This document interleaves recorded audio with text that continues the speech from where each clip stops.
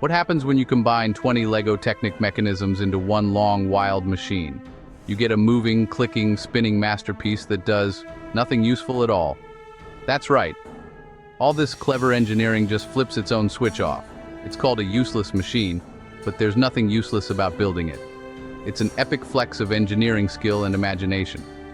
Building a machine like this may sound silly, but it's actually a serious test of skill. Each part must fit perfectly. Each mechanism must work smoothly with the next. If just one piece jams, the whole machine can stop. That makes every little choice, every gear, axle, and beam, super important. LEGO Technic parts are like a playground for engineers. They let you test ideas fast, fix mistakes, and see how things move. Even the pros use models like this before building big machines in real life. You won't believe how many clever tricks are inside this machine. Let's explore all 20 mechanisms one by one and see how they work their magic. Let's start with gears. Gears are round, toothed wheels that fit together. When one gear turns, it makes the next gear spin too. This is called a gear train. Gears can change speed, direction, or strength of movement. Small gears turn fast but with less power. Big gears turn slow, but they push harder. Imagine pedaling a bike. When you change gears, you're really changing how hard or easy it is to pedal. Factories use gear trains to move things and control machines. Even a clock uses tiny gear trains to move the hands at just the right speed. In our useless machine, the first gear starts the action. The gear train makes sure every other part moves in time. It's like the engine of the whole setup. Fun fact: did you know that Big Ben, the famous clock in London, has a huge gear train inside? That's how it keeps perfect time. The next mechanism in our machine is a lever. Levers are one of the simplest machines ever. Just a bar and a pivot point. Push one end down and the other end pops up. It's like a seesaw at the playground. Levers help us lift heavy things with less effort. Think about using a crowbar to open a crate or a bottle opener to pop the cap off a soda. Those are levers. In our LEGO machine, levers help pass movement from one part to the next. They also change the direction of the push, making the whole setup more flexible. Fun fact: ancient Egyptians used huge levers to help build the pyramids. With a good lever, one person can lift a giant stone. Now let's meet the crank and slider. A crank turns around in a circle, like a handle on a jack-in-the-box. But if you connect it to a slider, that spinning motion becomes a straight push or pull, back and forth. Crank and slider systems change movement from round to straight. This is how train wheels move the pistons that push the train forward. Even the engine in a car uses a crank and slider to turn fuel power into spinning wheels. In our machine, the crank and slider help move a beam in and out, making sure the next mechanism gets a steady, straight push. Fun fact: old movie projectors used crank and slider systems to move film one frame at a time. That's how movies look smooth. The cam is a clever little piece. It's a wheel that isn't round. It actually has bumps and dips. As the cam turns, it pushes up and down on a lever or a rod. This makes parts move in special patterns, not just circles or lines. Cams are used in music boxes, car engines, and even robots that wave or nod on command. They turn steady spinning into bouncy, fun movement.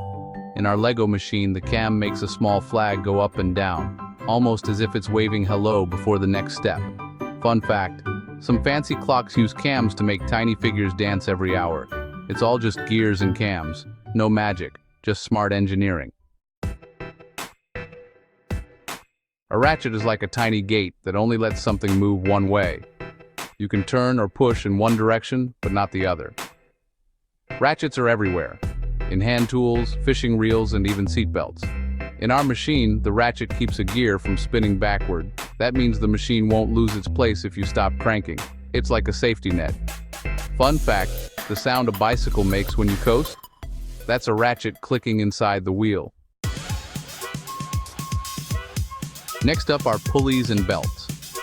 A pulley is just a wheel with a groove for a belt or string. When you loop a belt over two pulleys, spinning one will spin the other, even if they're far apart.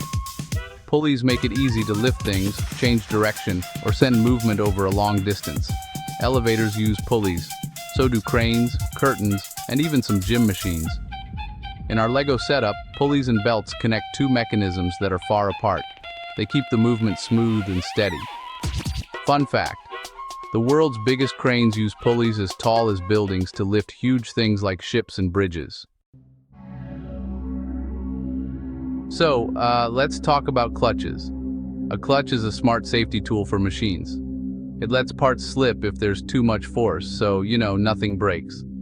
Think about a LEGO car for a second.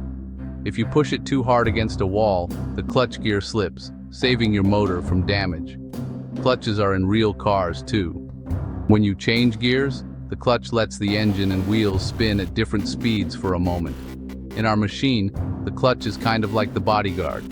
If something gets stuck, the clutch releases, saving the gears. And here's a fun fact. Early tractors used clutches so farmers could stop the wheels, but keep the engine running.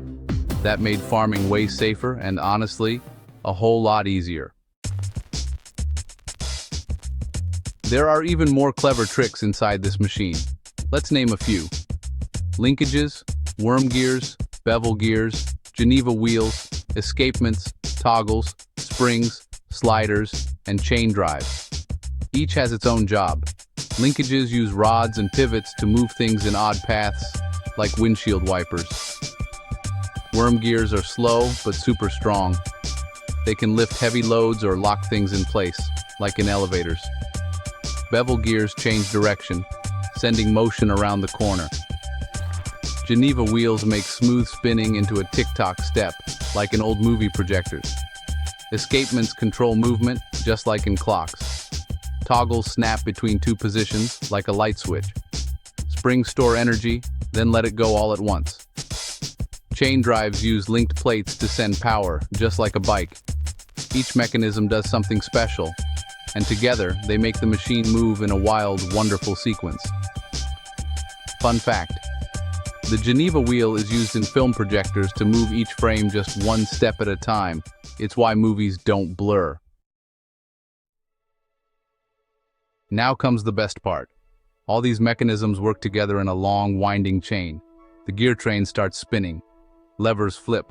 Cranks and sliders push and pull. Cams wave. Ratchets click. Pulleys pull. Clutches protect. Every part moves just right, thanks to careful building. At the very end, a final lever reaches out and flips a little switch. That switch turns the whole machine off. After all that work, the machine just undoes itself. This is called a useless machine. It's a joke, but a smart one. The whole point is that all this clever work only turns itself off. Watching it happen is amazing. Every movement is like a dance. You can see every part working together with perfect timing. Fun fact: the first useless machine was built by a famous scientist named Marvin Minsky. He loved showing how machines could be funny. You might ask, why bother building a machine that does nothing? Here's the secret. Making a useless machine is actually smart learning. You get to test 20 different engineering ideas in one project. You see how each part works on its own, and with others. When you build, you learn from mistakes. If a gear slips or a lever jams, you fix it. You understand how things move, what works, and why. That's what real engineers do every day. Building a useless machine is like a practice match. You try out ideas in a fun way. You learn teamwork, planning, and patience. The best part? It's fun. Seeing your machine turn itself off makes everyone laugh and proves you can build something amazing. In the end, a useless machine isn't really useless. It's a masterpiece of motion, teamwork, and creativity. Every click and whir is a lesson in how the world works. When you understand gears, levers, cams, and all the rest, you can build anything. You start seeing mechanics everywhere, in bikes, cars, clocks, robots, and even roller coasters. Engineering is about asking, how does this move? And then finding out. Sometimes it's not about making something useful. It's about learning, having fun, and showing what's possible.